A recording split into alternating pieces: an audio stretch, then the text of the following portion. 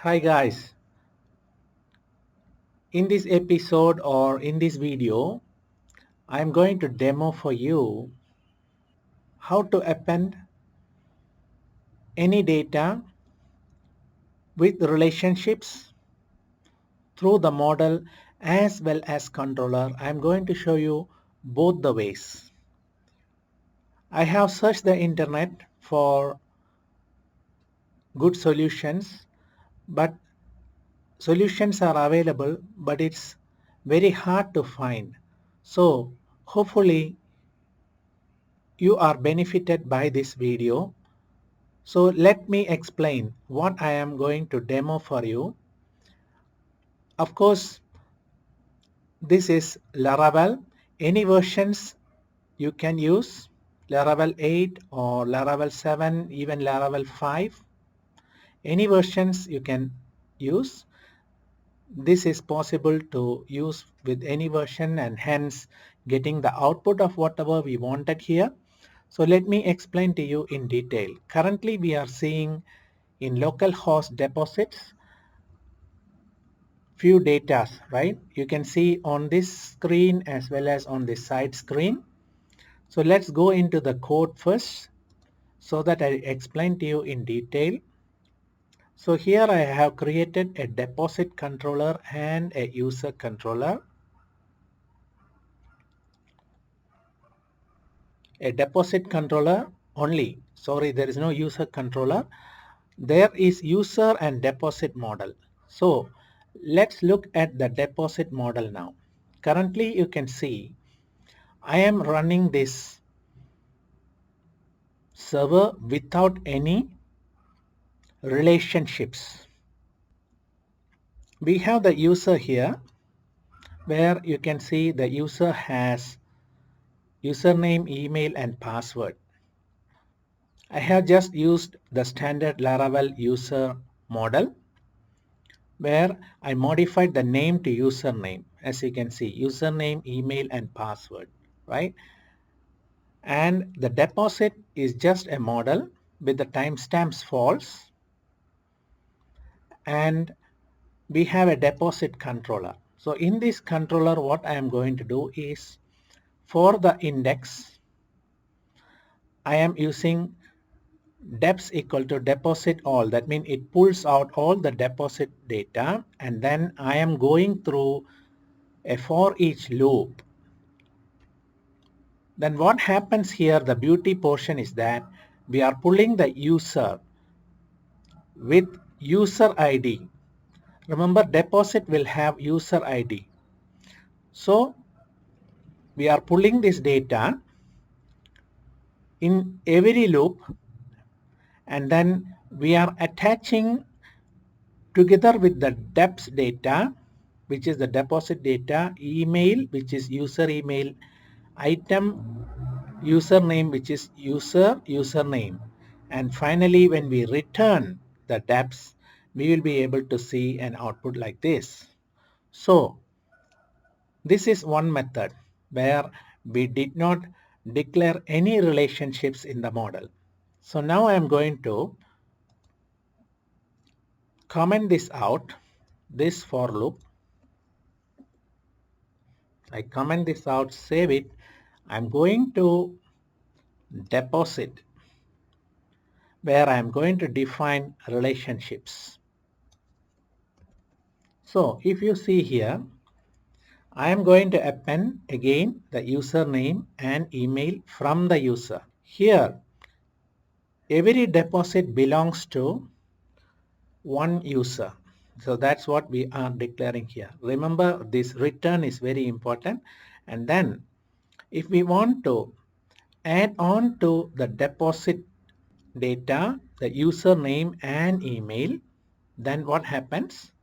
We have to do this type of function, which is get username attribute. Remember, U must be capital, A must be capital. Similarly, get email attribute. So we are returning this username. And also please remember that this user must be defined before this function. Then only it will grab this user and then will provide the username. So again, let's go to the deposit controller, and I have blanked out or commented out this for each loop. I have come to the deposit model, and I am defining relationships like so. So let's see what is the output. I click again. You can see there is this data, which is again username, email come together. So let us do one more thing just to show that if we blanked out all this, that means we commented out all this, and in controller also nothing is available, the for each loop has been commented out, we will still get the data, which is like this: amount, ID, deposit, user ID, which is belonging to only the deposit model. But the moment we release this for each loop or make it activate, look here, this is more clear, right? So if we look at this one, you can see the amount, deposit, email, and username is attached together with the deposit data.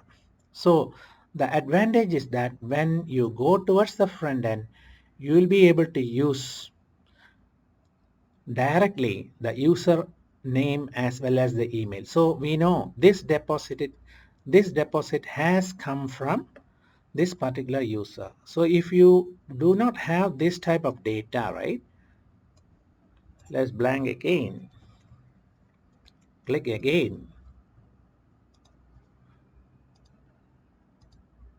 We just have the user ID, but we don't have the information what was the username, or you even have the first name, last name, whatever from the user, you can pull it.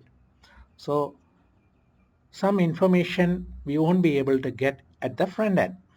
So that's the beauty of this. So again, let me release this. So one more important thing to stress here is that you have to define public appends username email. It also works as a protected appends. I will show you in a moment. So this is blank. You must use either of the one. You must use in the deposit controller without relationships, or you have to use in the deposit with relationships. Okay. So let's refresh. Let's see the deposits. You can see the data has come in with username and email. So let me just demo to you guys protected. Okay. So once we done the protected, we refresh again. It's able to give the same data. So public and protect both are working here. So when we do here, it's based on relationships. But when we do from the controller, we no need to do relationships. For some of the developers, relationships is a bit hard, so you can use in the controller. But if you feel relationship is very easy, you can use at the deposit, which is the model. So I hope you guys like this video, and I will be doing yet another video on this particular